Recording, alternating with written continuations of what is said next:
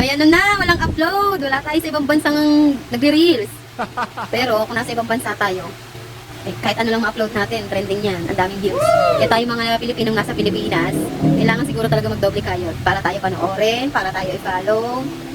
Kasi hindi ko alam bakit pag taga ibang bansa ka, ang bilis ng dating talaga sa kapwa mo Pilipino. Yes! Mas marami ba silang pera o tumutulong ba sila? Siguro ganun.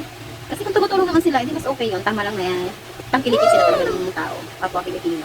Pero tayong nandito lang at hindi pa kumikita, ay, doble kahit talaga, day. Pero kahit ako marami akong pina-follow na taga ibang bansa, siguro dahil sa mga pinapakita nilang lugar, parang feeling mo nandun ka rin, yung mga kinakain nila, lifestyle nila.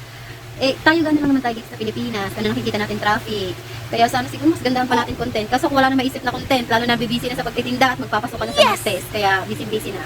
Kaya tayo nandito sa Pilipinas, mag-isip ng mabuti, doble pag-iisip, para may ma-upload. Thank you! Namiss ko kayo, tagal walang upload.